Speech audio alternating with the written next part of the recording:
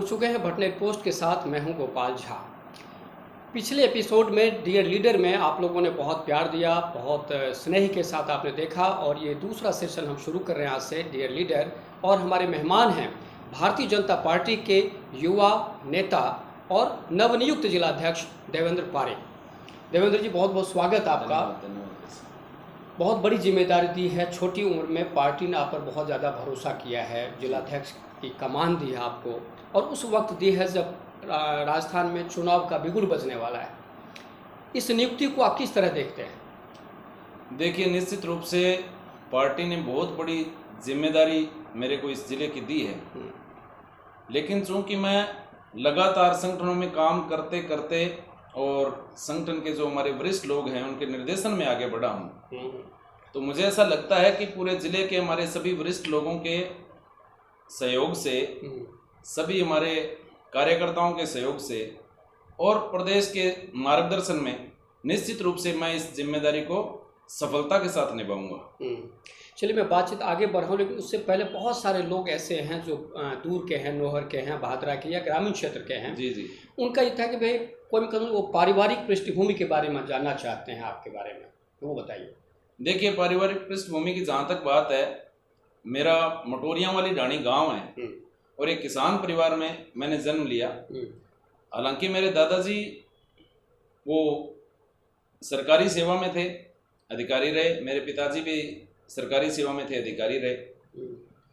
लेकिन खेती बाड़ी से पशुधन को सारा कुछ एक ग्रामीण पृष्ठभूमि के कार्यकर्ता के रूप में मैंने काम किया और एक ग्रामीण पृष्ठभूमि से ही मैं आया हूँ। तो निश्चित रूप से गांव का, खेती किसानी का भी मैंने खेती भी करी है, बिजनेस भी किया है। तो हर क्षेत्र के अंदर सभी जो भी अनुभव जीवन के अंदर एक मतलब हमें खेती बाड़ी का जो भी है, बिजनेस का है और परिवार के जो है संस्कार हैं, तो वो सारा कुछ और सभी जो मित्र बंधु शुभचिंतक हैं उनके सबके संस्कारों को लेकर मैं आगे बढ़ना चाहता हूँ। जैसा आपने कहा कि वे दादाजी भी सरकारी सर्विस में थे, पापा जी भी सरकारी नौकरी में थे, और आप राजनीति में कैसे आ गए? भाई साहब, ये तो संयोग ही है। शुरुआत क्योंकि मैंने तो सोचा भी नहीं। मैं कई बार लोगों को कहता हूँ कि हमारे तो क्या है कि घर में कोई पंच भी नहीं बना, वार्ड पंच भी नहीं बना, लेकिन मेरा राजनीति में आने का तो मैं सीधा जो राजनीति में आने का जो मेरा है, राजनीति में तो मैं क्या है कि संगठन की बदौलत ही आया हूँ। यानी संगठन में विद्यार्थी परिषद में काम किया। सबसे पहले तो मैं बात करूं तो मैं बचपन से संघ का स्वयंसेवक बना। ठीक है। उसके बाद में विद्यार्थी परिषद में काम किया, फिर बजरंग दल विश्व हिंदू परिषद में काम किया। उसके बाद में मुझे पार्टी ने वार्ड पार्षद के रूप में टिकट दिया, तो वो चुनाव जनता के और पार्टी के आशीर्वाद से मैंने जीता। उसके बाद में मैं युवा मोर्चा का अध्यक्ष बना और उसके बाद में फिर पार्षद बना दूसरी बार नगर परिषद में।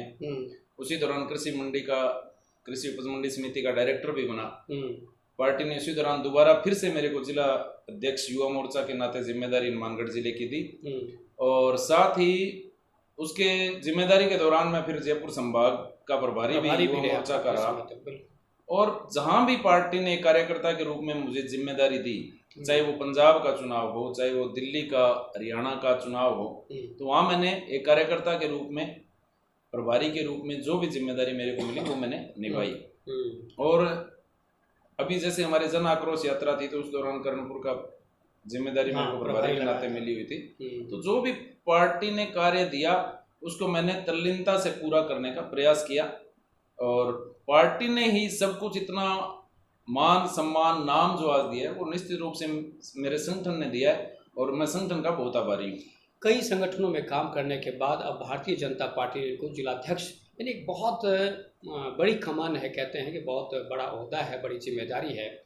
क्या प्राथमिकताएं रहेंगी आपकी बतौर जिलाध्यक्ष बीजेपी? बतौर जिलाध्यक्ष तो सबसे बड़ी प्राथमिकता तो ये है कि चूंकि विधानसभा चुनाव बिल्कुल नजदीक हैं, तो हम जिले की 500 सीटें विधानसभा की जीतेंगे, और इसके लिए हम निरंतर प्रयासरत हैं। और जनता में एक बहुत शानदार एक पॉजिटिविटी भारतीय जनता पार्टी के लिए एक सकारात्मकता है, क्योंकि कांग्रेस का जो शासन है उससे जनता बहुत आहत है। हालांकि इन्होंने राहत कैंप लगाए हैं, लेकिन राहत कैंपों ने जनता को आहत किया है। चाहे वो किसी भी सेक्टर की बात हो, किसानी खेती किसानी की बात हो, किसानों के साथ इन्होंने धोखा किया। अपराध की जहां तक बात है, भ्रष्टाचार इतना बढ़ चुका है, चाहे वो पुलिस हो चाहे कोई भी डिपार्टमेंट हो, कोई मतलब प्रशासन में कोई, जैसे कहते हैं ना, भी कोई धनी धोरी नहीं है, कोई सुनने वाला नहीं है जनता की। और चाहे वो विकास कार्यों की बात हो, भी भारतीय जनता पार्टी का जो कार्यकाल था माननीय वसुंधरा जी का, तो उस कार्यकाल को लोग आज भी याद कर रहे हैं, भारतीय जनता पार्टी के उस शासन को याद कर रहे हैं।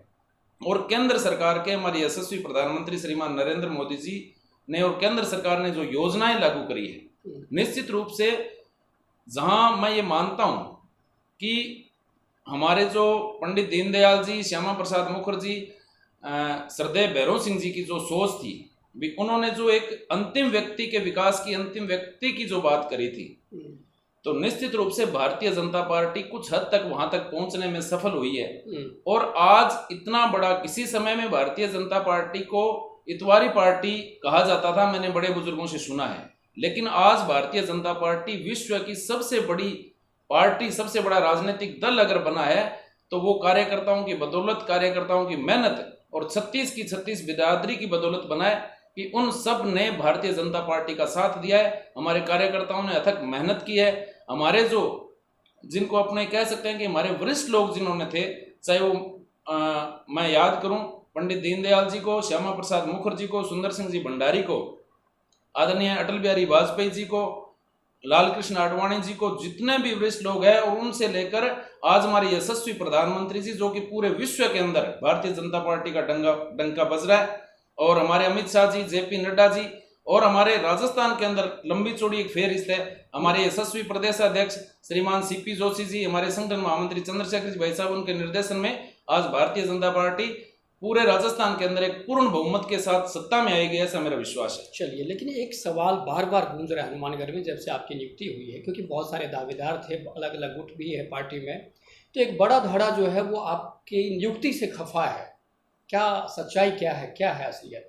शायद ही आपको लगता है, मेरे को नहीं लगता। नहीं, मुझे नहीं लगता। चर्चा है आपकी पार्टी में। चर्चा तो कुछ भी हो सकती है, लेकिन मैं तो ये कहूंगा कि पूरी पार्टी एकजुट है। सभी वरिष्ठ नेताओं का मुझे मार्गदर्शन मिल रहा है निरंतर। सबसे मेरी बात हुई है, काफी जो वरिष्ठ लोग हैं, वरिष्ठ नेता हैं, उनसे मैं मिला हूं, तो एक सकारात्मक वातावरण पूरे जिले के अंदर बना है। क्योंकि आप मानेंगे नहीं गोपाल जी भाई साहब कि सैकड़ों हजारों की तादाद में कार्यकर्ता, मेरे जैसे एक सामान्य कार्यकर्ता को जब पार्टी ने जिम्मेदारी दायित्व दिया है, तो सैकड़ों हजारों लोग निवास स्थान पर मेरे से मिलने आ रहे हैं, और पूरे जिले के अंदर एक उत्साह का वातावरण है। तो इसका सारा श्रेय मैं हमारे प्रदेश नेतृत्व को देता हूं, केंद्रीय नेतृत्व को देता हूं, और एक कार्यकर्ता के नाते जो जिम्मेदारी दी है, तो पूरे जिले के कार्यकर्ताओं से और पूरे जिले के हमारे वरिष्ठ नेता, सभी वरिष्ठ नेतागण, सभी हमारे वरिष्ठ कार्यकर्तागण, सभी का बहुत बड़ा एक अहम रोल है इस पार्टी को आगे बढ़ाने में, और सब मिलकर हम, हमारा जो लक्ष्य है 500 सीटें जीतने का, वो हम पूरा करेंगे। चलिए, तो आपने कहा भी सही बात है, कार्यकर्ता तो बहुत खुश होता है जिससे कार्यकर्ता को, जिसका कोई राजनीतिक पृष्ठभूमि, मतलब पारिवारिक पृष्ठभूमि नहीं है, जी, उसको जब जिम्मेदारी मिलती है तो आम कार्यकर्ता खुश होता है जी। खफा तो नेता होते हैं जिनका चलते, मान लीजिए कुछ लोग खफा है, उन सबको साथ लेकर चलने के लिए क्या प्लानिंग है आपकी? देखिए, कोई नेता खफा ही नहीं है। इस संबंध में पार्टी पूरी एकजुट है, और हम एकजुटता के साथ आगे बढ़ रहे हैं। अभी हमारा जो नहीं सहेगा राजस्थान की थीम बहुत बड़ी पूरे राजस्थान भर में चल रही है, और 1 अगस्त को भी जयपुर चुनाव का हमारा कार्यक्रम है, तो उसमें सारे नेता, सारे कार्यकर्ता निरंतर लगे हुए हैं, और जनता भी चाहती है कि हम सरकार को वहां सचिवालय में 1 अगस्त को जाकर घेरेंगे। और निश्चित रूप से कांग्रेस के प्रति मैं जरूर कहूंगा कि कांग्रेस में आपने देखा होगा कि प्रदेश स्तर पे बहुत बड़ी फूट है, मुख्यमंत्री और उप मुख्यमंत्री की कुर्सी की लड़ाई चल रही है। अब तो कांग्रेस से ज्यादा बीजेपी में है, सारी बातें सीएम के दावेदार बिल्कुल ऐसा कुछ नहीं है। भारतीय जनता पार्टी में हमेशा कांग्रेस से ज्यादा बीजेपी की स्थिति खराब, भारतीय जनता पार्टी में सामूहिक निर्णय होता है, और हमारे जो पार्लियामेंट्री बोर्ड और केंद्रीय और प्रदेश नेतृत्व जो भी तय करेगा, कार्यकर्ता प्राणपण से उस निर्णय को फलीभूत करने में प्राणपण से लगेंगे, ऐसा मेरा विश्वास है। चलिए, अब विधानसभा चुनाव का बिगुल भी बच चुका है जी। मोदी जी बार बार राजस्थान आ रहे हैं, हनुमानगढ़ में भी बहुत सारे दावेदार हैं। तकरीबन एक दिन हमने जब जोड़ घटाव किया तो दर्जन से ज़्यादा दावेदार हो गए थे। एक दावेदार आप भी थे, तो क्या अब भी दावेदार हैं आप? देखिए, पार्टी ने मेरे को जिले का संगठन का काम करने के लिए जिलाध्यक्ष के रूप में जिम्मेदारी दी है, और मैं तो एक पार्टी का कार्यकर्ता के नाते जो भी जिम्मेदारी, जो भी निर्देश पार्टी मेरे को देगी, उसको बिल्कुल मैं एक कार्यकर्ता के रूप में मानूंगा और उसी को फॉलो करूंगा। लेकिन जो दर्जन भर दावेदार हैं और जिलाध्यक्ष की भूमिका बहुत बड़ी होती है सामंजस्य बिठाने में, क्योंकि टिकट तो एक ही है जी, और चाहने वाले बहुत हैं, अनेक हैं, तो उन सब में सामंजस्य बिठाना कितना मुश्किल होगा, कैसे करेंगे ये सब?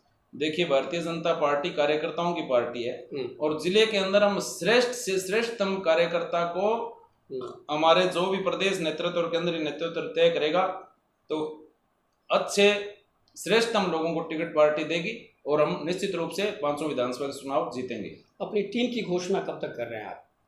टीम के बारे में जो भी प्रदेश से जो भी निर्देश मिलेंगे, कार्यकारिणी के बारे में अभी तक कोई निर्देश नहीं मिला है, तो प्रदेश नेतृत्व से जो भी मार्गदर्शन मिलेगा उसके अनुसार जो भी बातचीत होगी वो आपको अवगत करा देंगे।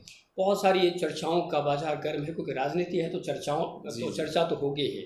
एक बड़ी चर्चा ये है कि एक जनप्रतिनिधि हैं जो भाजपा ज्वाइन करना चाहते हैं, टिकट के दावेदार भी हैं, लेकिन एक नेता विशेष बताया जा रहा है ऐसा कि एक नेता की नाराज़गी की वजह से उनकी एंट्री में देरी हो रही है, क्योंकि अब जिलाध्यक्ष भी बदल गए हैं, तो आपका क्या रुख रहेगा? देखिए, भारतीय जनता पार्टी विश्व की बहुत बड़ी पार्टी है, विश्व की सबसे बड़ा राजनीतिक दल है, और जहाँ तक बड़े स्तर पर नेताओं को पार्टी में आने का, वो हमारे बाकायदा एक प्रदेश स्तर पर एक समिति बनी हुई है, तो वो समिति और जो भी प्रदेश नेतृत्व हमारा निर्णय करेगा, मैं उसके लिए कोई अधिकृत नहीं हूँ, इसके बारे में मैं कोई बात भी नहीं कहना चाहता।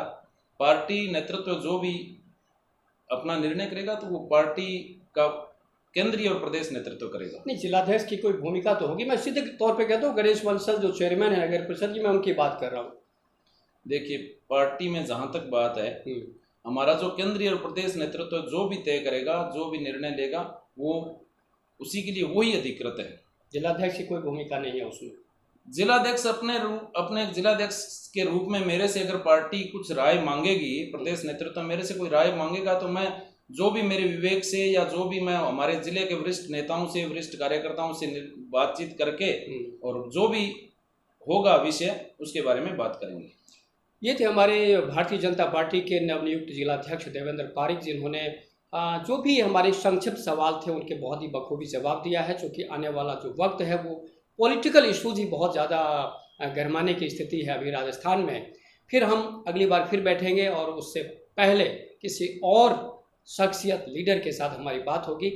आपने अगर इस चैनल को सब्सक्राइब नहीं किया है तो एक बार ज़रूर करें और अपना अमूल्य जो आपका सुझाव है वो भी हमें देते रहें। बहुत बहुत धन्यवाद।